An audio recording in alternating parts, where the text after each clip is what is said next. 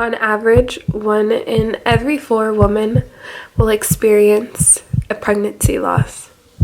I am 1 in 4, and this is my story.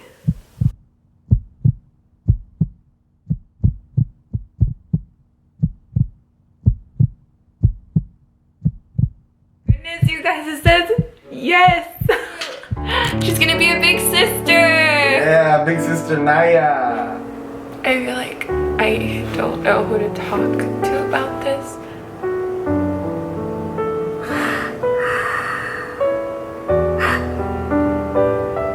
So right now I'm kind of feeling super confused. I don't know if I'm pregnant or not. I just hope that God's plan is also to have me be a mom to a second baby. Full faith to God, and I hope everything is okay, and I hope this is just a little bump in the road to a very healthy pregnancy. But I'll talk to you guys later.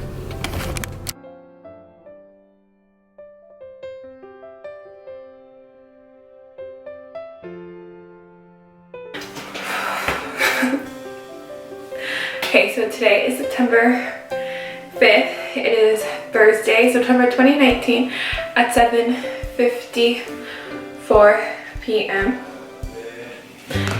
I'm about to take the pregnancy test.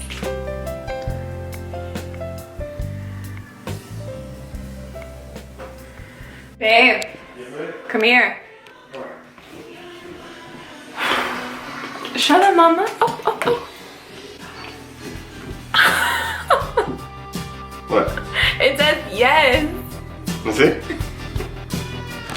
Wow. Hard work pays off, man. Oh my goodness, you guys, it says yes.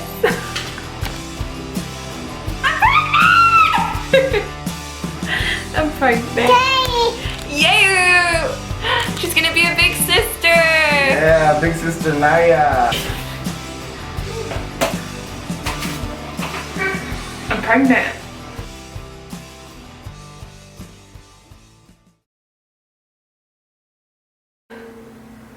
I'm going to start off by talking about my most recent miscarriage. If you have been following my vlog channel, then you guys might know that Robert and I have been trying to have a baby for a few months, and I feel like I've been trying to find the right timing to talk about this since it was pretty recent. It happened in September. I kind of wanted to give myself time before I obviously recorded this video and posted it out to make sure that I was feeling okay, and I feel like that time has come.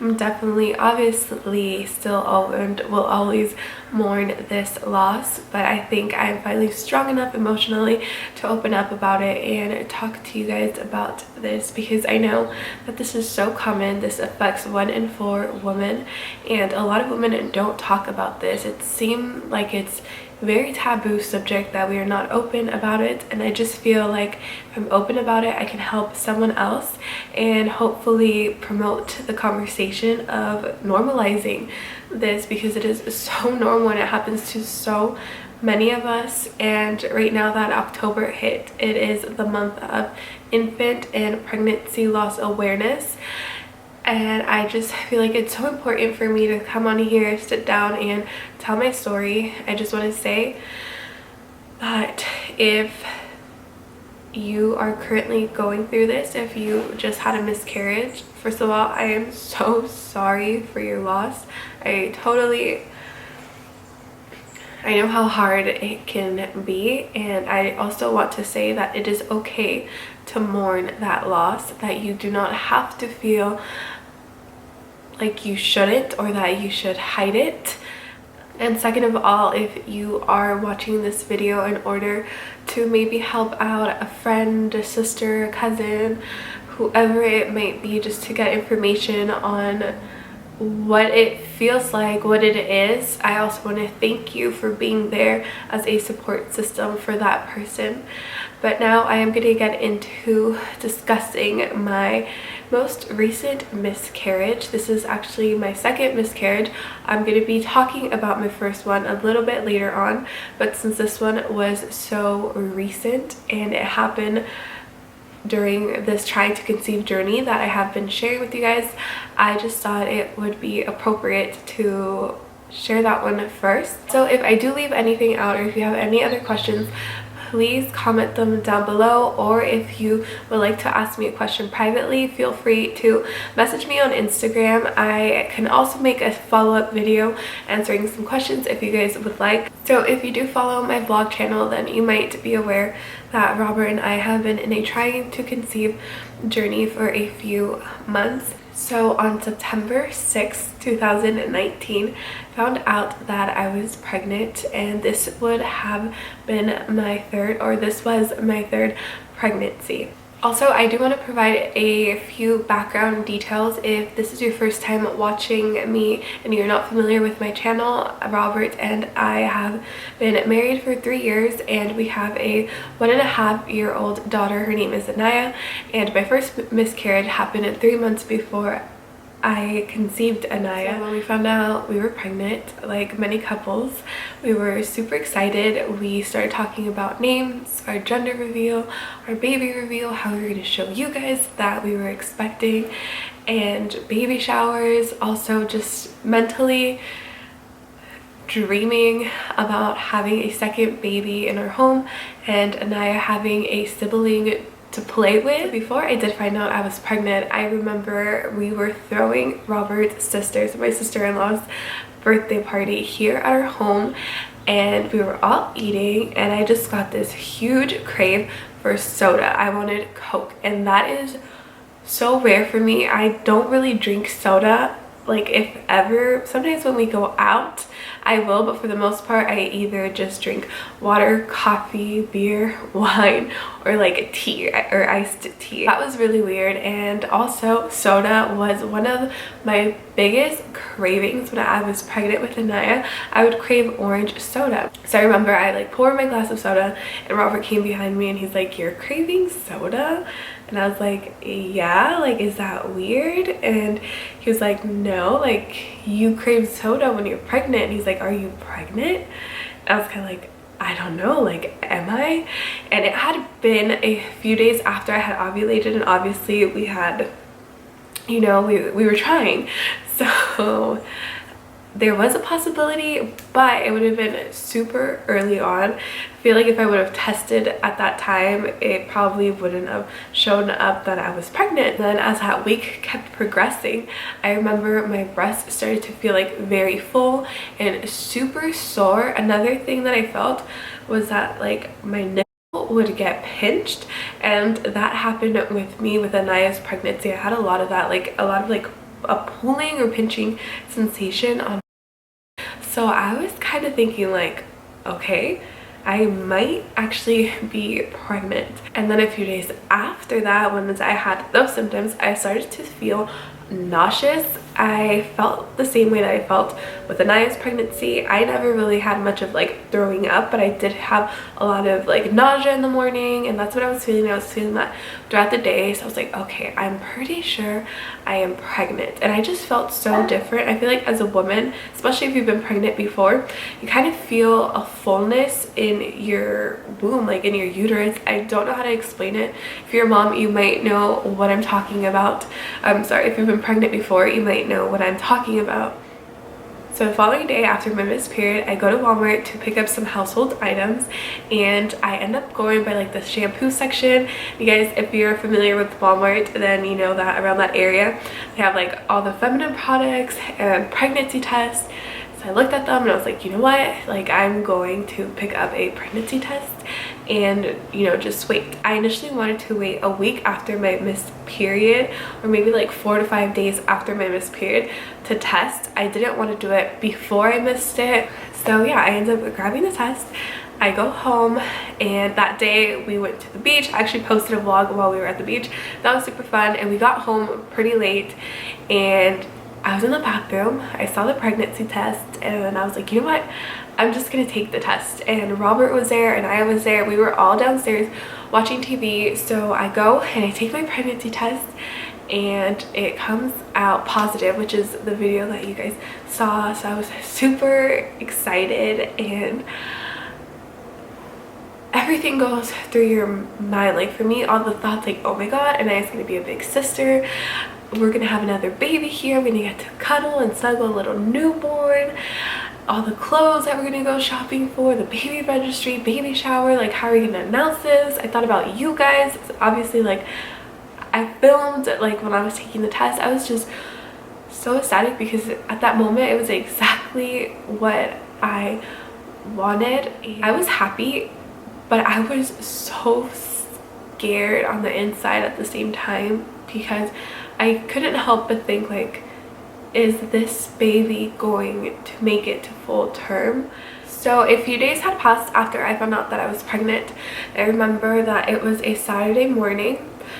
I woke up and I went downstairs. I started my morning routine, and all of a sudden I felt this sharp pain in my pelvic area, and it hurt really bad. It felt kind of like a big air bubble. I don't know how to explain it, but it just hurt a lot, and it was very intense. So I kind of just sat down, took a deep breath, and I thought to myself, maybe I'm doing too much. We had been cleaning out our garage, so I was up and down the whole week. So I was like, okay, maybe I need to like take it slow, like maybe I'm doing too much.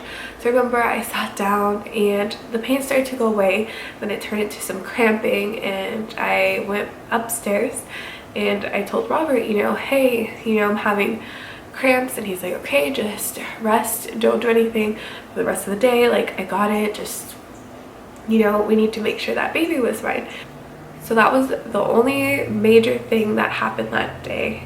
Then a few days later I started to have some more cramps, and they were a little bit stronger than period cramps, and again I was freaking out and I was starting to get scared, because when you've had a miscarriage before, it's kind of hard not to jump to the extreme. I remember going to the bathroom and just checking if I had any blood, and at that time I didn't. So then the cramping kept going until the next day. The next day I'm sitting and going to the bathroom, and I wipe and there's blood.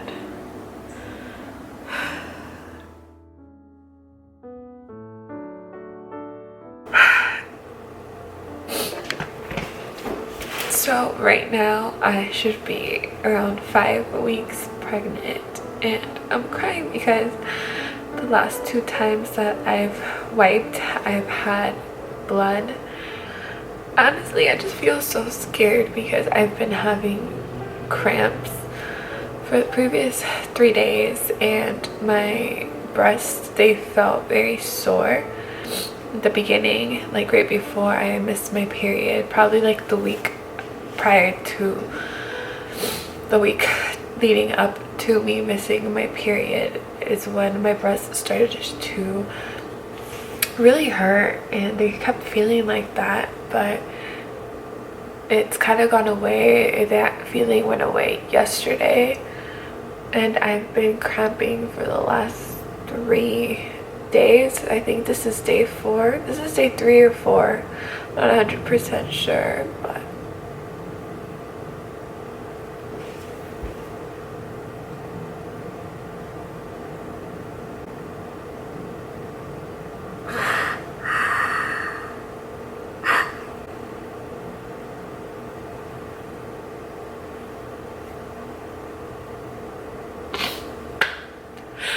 I'm just really scared because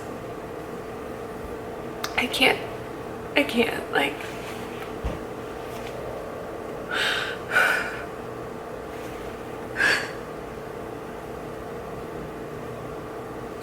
I can't think of going through this loss right now.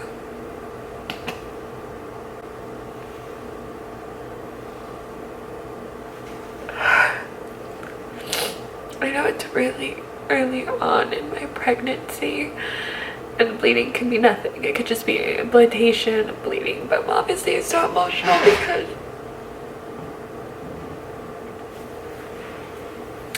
dealt with loss, and I know right now I'm being so negative, and I feel guilty about being so negative because it could be nothing. It could just be implantational bleeding. Right now I'm just super emotional, thinking the worst, but it's scary once you dealt with loss. I don't know, I just sat down and I prayed and I told God to give me strength and that I trust in what He's doing, and I know that He's doing what's meant for me. I know it's nothing.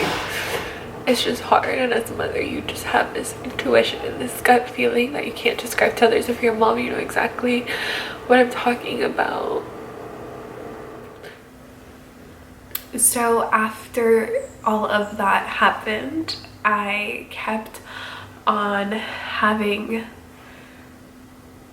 more and more of this happen as the day progressed. I did end up taking another pregnancy test, and I saw that the line was actually lighter than the first time when I took a pregnancy test. So that right there was a red flag for me. And then the following day I kept having cramps and some spotting. It never, not spotting, I'm sorry, but when I would wipe I would have blood. It wasn't spotting yet, so I just decided to go to the doctors to go see what was going on, just so I could have a peace of mind. And I actually didn't do this my first miscarriage, so this time around I was very like, okay, I'm gonna go in and get checked out. When we got there, they had me take a urine pregnancy test, so I went ahead and I took that and I waited in a room. The doctor came in and he informed me that the pregnancy test that they had done actually came out as negative, so it wasn't even showing them that I was pregnant. So I told him my symptoms, and he thought that maybe it could just be a missed period caused by stress. By this time it had been a full week since I had missed my period, so I was very skeptical about it because I felt like I was pregnant, and I feel like very often a woman's intuition is very correct. So once the doctor did express to me that he thought that I perhaps wasn't even pregnant, he went ahead and did a pelvic exam, and when he did that he said that everything appeared to be normal, that he didn't notice any spotting going on. And he again told me that he really highly doubted that I was pregnant. Decided to go ahead and do a blood test. That blood test came back, which was like an hour later, so I was in my room waiting. The doctor went in and told me that yes, there was levels of HCG in my blood. It was around 204, and he said that it was very, very early on in pregnancy, so he wanted to go ahead and retest in 2 days to see if the HCG level would double. After they told me my results, I felt a little bit relieved, and the nurse told me that spotting and cramping was very, very common in the first trimester, but when I personally was pregnant with Anaya, I had no bleeding, no cramping during the first trimester. I know everyone's body is completely different. That's just how mine works. So it kind of left me with hope, but at the same time I was very scared to see what would happen, what the results would be. So Friday comes around and I end up going to Kaiser to take a blood test, which is when I did my video, the one that is titled "Trying to Conceive is Mentally Draining or Stressful," one of those. And that's when I told you guys that I just wasn't sure what was going on. So that following Monday, they called me with my results, and at that time my level was at 200. So it definitely had gone down from 204 to 200. But your HCG level in the very beginning goes up, like it should double every day. So it should have been around like the 800s by then, but it was at 200. It was decreasing, but it wasn't decreasing super quick either. So my OB was kind of, she didn't know what was going on, so she decided to send me in to get an ultrasound done, which was on a Tuesday, I believe. So the next day, the next morning, she wanted me to go and have an ultrasound done. And I think the reason for that was because my levels were so weird. It wasn't like super low from the first time. They maybe thought that the pregnancy was not in the uterus but somewhere else, maybe like an ectopic pregnancy. So that night that the doctor called me, like the whole day I was just feeling very crampy, and by then I was spotting. I remember going to the bathroom. This might be a little TMI, but I'm just gonna be raw and 100% honest.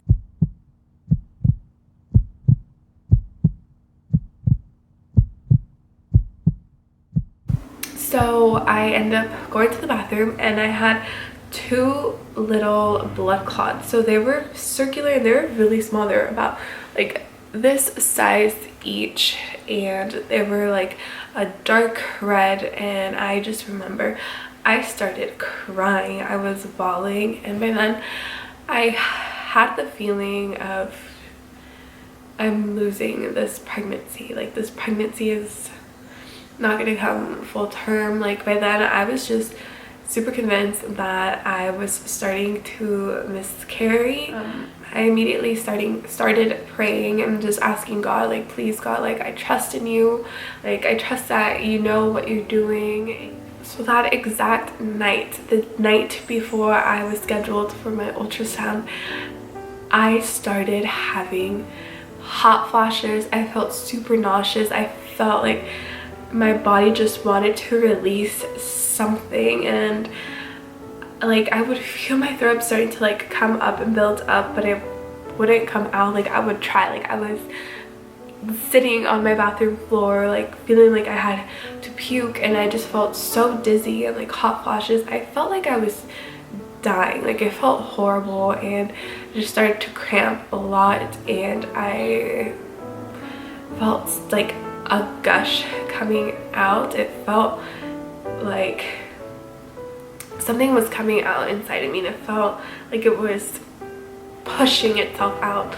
So I pulled my pants down, I sat on the toilet, and I just had blood, and it had a lot of tissues, and it had a lot of tissue, a lot of blood clots, like very big long blood clots. And right there I just knew that I had lost the pregnancy.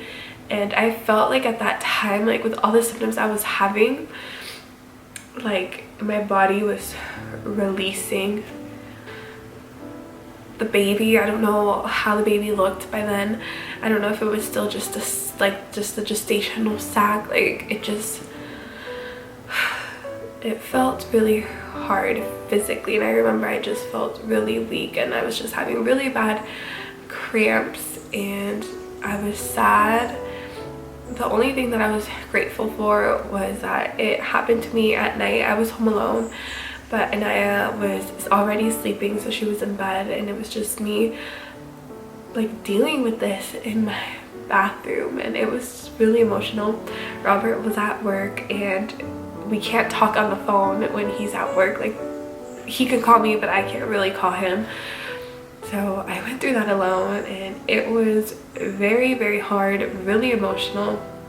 And I remember that night Robert was working a double, so I wasn't even going to see him until the morning. So I just put on a pad, like an overnight pad, and just like some sweats. I put a towel underneath me because I didn't know if the bleeding was gonna continue to be like really strong. I've heard that some women have very intense bleeding, like they wake up and their bed is soaked. So I just laid down towels and I went to sleep, and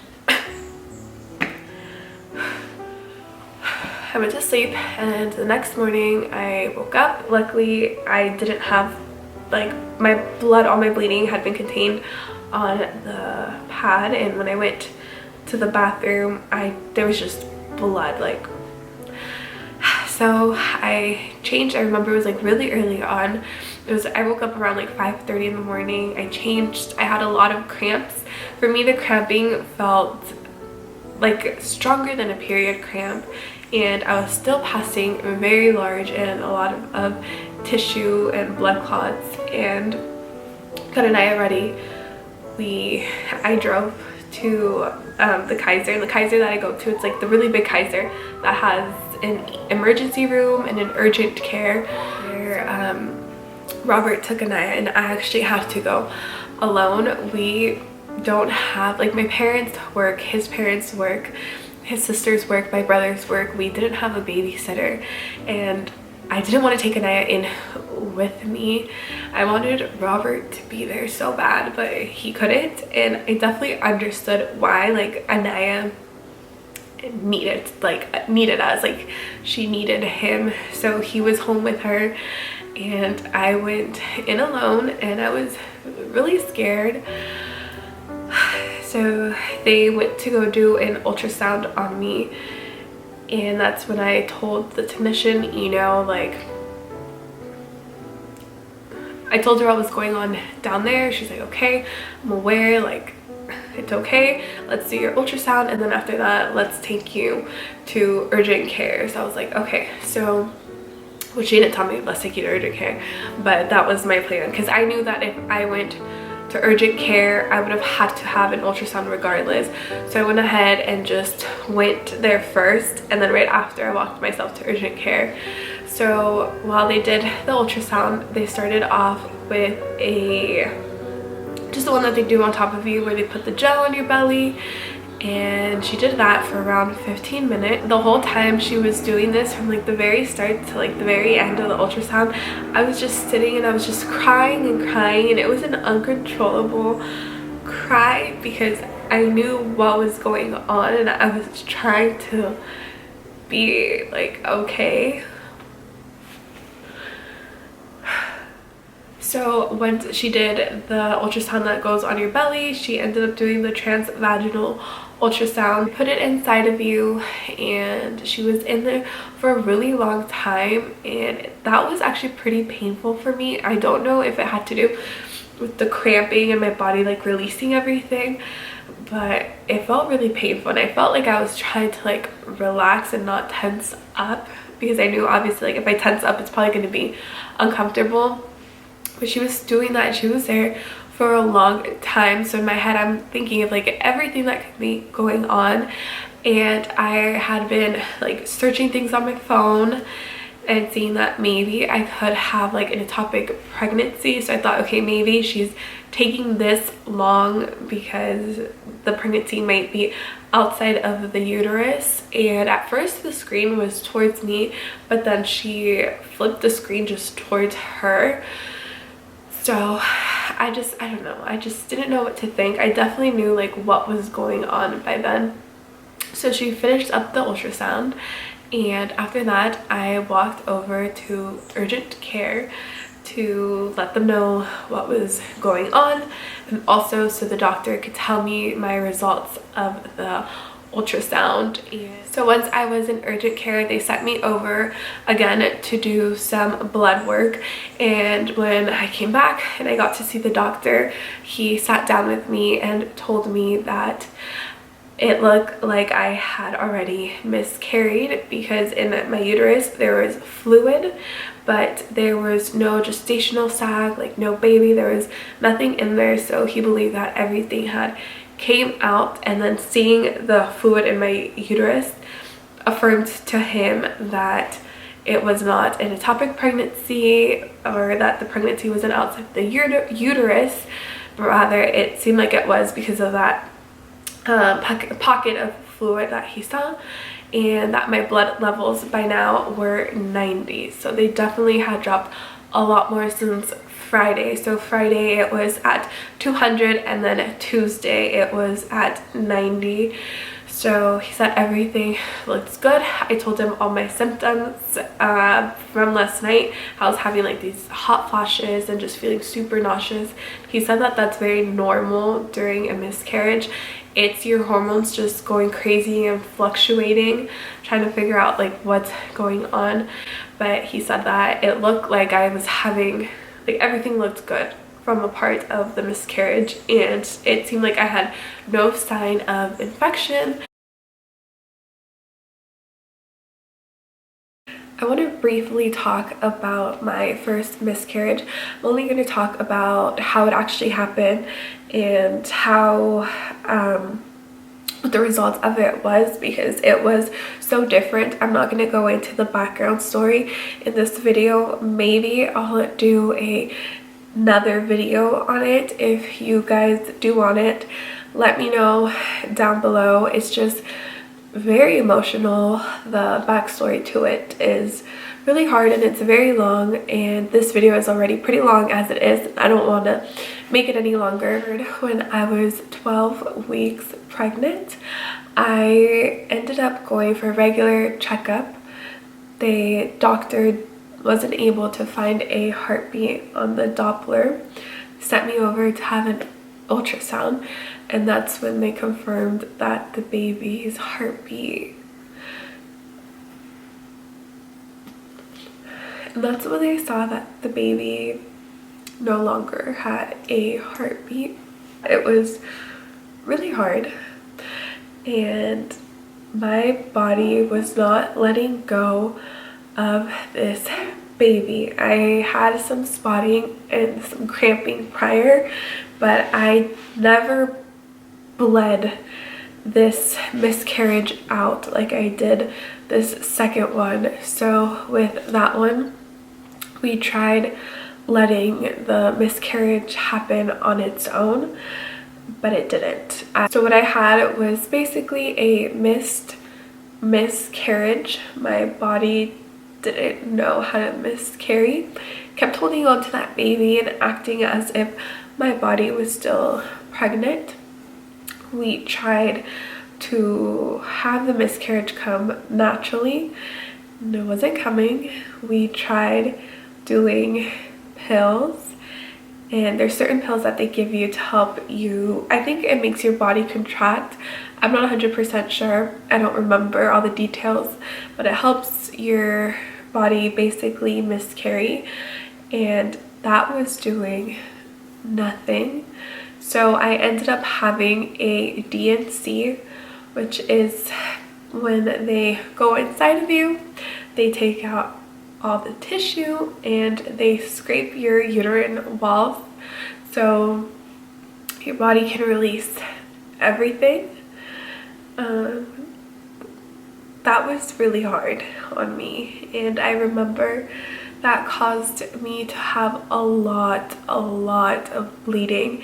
Nothing compared to my second miscarriage that came on its own. I'm not sure if it had anything to do with the fact that I was 12 weeks, and this last one I was around 5 to 6 weeks. I want to say I was closer to 5 weeks when my body started to miscarry. That was really hard. A DNC is a procedure, so they do sleep you through it, and I just remember waking up and feeling that emptiness again in my uterus and dealing with the aftermath of emotional pain, since it was my first one. And during that time, Robert and I were living pretty far from family, and he was gone a lot for work, so I had to go through that, like I had to mourn through that alone, which was really tough. But that's what happened the first time around. Medically, I did have a ton of blood. I was probably soaking a pad almost every hour, just a bunch of blood clots. I had a lot of bleeding. I think I bled for like 4 weeks. Eventually, after the second week, the bleeding got lighter, and then I would just keep spotting, but I would still need to wear a liner for those weeks. After that, I got 2 periods, and on the second period is when I got pregnant with Anaya. This time around, grieving was, I want to say, a little easier, the way that I was coping with this loss as opposed to my first one, because this time around I did have my daughter, and I didn't want to lose myself and take myself to such a dark place and go through the ups and downs of depression like I did with my first miscarriage. One of the biggest reasons that I am sharing my story is to help other moms feel like they're not alone and understand that it's totally normal and it's okay to grieve the loss of your baby. You need to honor this loss, because if you don't, it will continue to hurt you. I feel like it's something that you're never going to forget, but it definitely does get a lot easier to cope with, and it goes from being such a sad moment to a moment where you just feel a special bond and a special connection to that baby. You will forever be that baby's mother. I do want to end this video with a few messages if you are currently going through this miscarriage. First of all, please know that it is not your fault. Please don't feel guilty or obsess on the idea that you did something wrong, and maybe if you would have done something differently then this wouldn't have happened. Don't think about it as it was just bad luck, because it wasn't any of that. It is so normal and so common, and or perhaps it was just God really needing that angel to go back to be by his side. Another thing, please do not feel like it is not okay to mourn this loss, because it is more than okay. Don't let people tell you, you're gonna hear it and it's gonna be hard, but they tell you, well, better luck next time, or don't worry, your rainbow baby is coming. And while that is amazing, it also shouldn't push you to think that you shouldn't mourn for that baby, because you should, because at the end of the day, you're still a mother to that baby.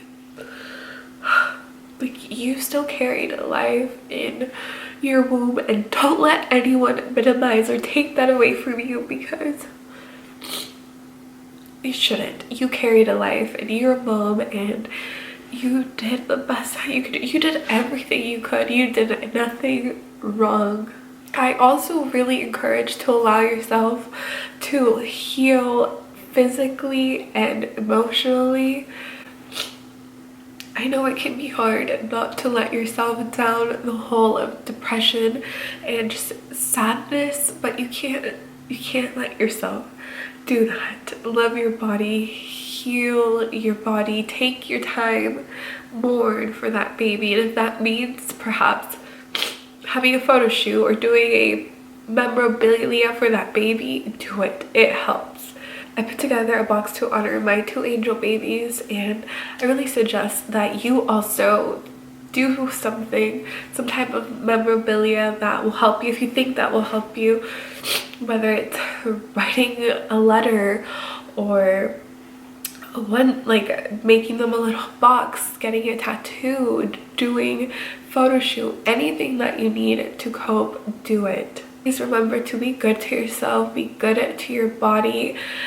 Going through miscarriage is so intense on your body. When you are going through a miscarriage, you are losing a ton of blood, so you need to eat. Your body needs to still be nurtured and have those vitamins, especially if you are more prone to anemia. Losing so much blood, you're not only in physical pain, but you're also in mental pain. So if you're going through this, please don't go through it alone. Please open up to someone so they can help take care of you, someone that you really trust, someone that you really love. And don't be ashamed, because it happens to so many of us and people just don't talk about it. You'd be so surprised that once you share your story with another mother, they have also gone through the same thing. When I went through my first miscarriage, I thought I was alone, but once I started opening up about it to other moms, to my aunts, to my cousins, they also told me that they had experienced a loss as well. And I just wish people would talk about this so we wouldn't feel as alone. One of the things that I do want to say, that once you do conceive after a loss, don't let yourself feel guilty being happy for that pregnancy. I know that's one thing that I felt when I got pregnant with Anaya, since I did get pregnant with her 3 months after my first miscarriage. And if I wouldn't have had my first miscarriage, I would have not met Anaya. And at first that brought so much guilt thinking that, but I know that the love that I felt for Anaya, or like Anaya, wasn't a replacement of my first baby. I feel like it just made me love Anaya that much more, and I'm so emotional. And then just thinking that she had a little angel baby watching over her, that's always gonna watch over her, also helped. But don't let yourself feel guilty about that, and just pray, and I hope that everything works out for you. I'm gonna be closing off this video now, Mama. I just want to say again, I'm so sorry for your loss. My heart goes out to you. I hope you found this video helpful, and that you know that you're not alone, that there's so many of us that suffer through this and suffer in silence, but you're not alone and you did nothing wrong. Sometimes we can do everything right, and for some reason things happen that are out of our control and that it's not our fault. And I hope that soon you will have healing and strength to keep going and find your happiness and do what you need to do to heal yourself. Thank you so much for watching this video. If you did find it helpful, please go ahead and let me know down below. Also, please feel free to leave any questions down in the comments, and I will also be putting my Instagram in the description box if you do want to contact me through DM. If not, I'll also link my email. If you don't have an Instagram, ask me whatever you want to ask me.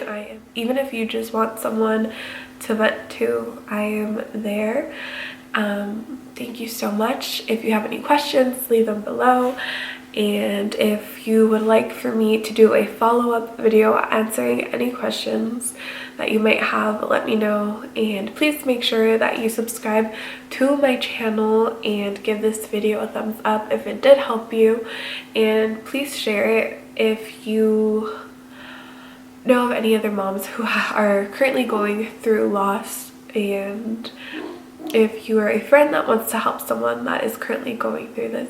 Thank you for watching, and I hope you have a good day. Bye. To honor my losses, I have written a poem titled My Angel Babies. I hope you two are running around between the clouds, holding hands together. I hope you have showed your brother or sister around. You are no longer alone, my sweet angel. Your sibling has joined you. Please never forget the sound of Mommy's heart, the one you heard during your stay in Mommy's home. Let it be the sweetest lullaby your ears have ever heard, and play it over and over while you rest or think of me. Don't forget Daddy's voice and the excitement Mommy felt every time he hugged us. Please watch over your sister here on earth. We will carry you both in our hearts until our last breath. until we get to finally hold you tight, my sweet angel babies.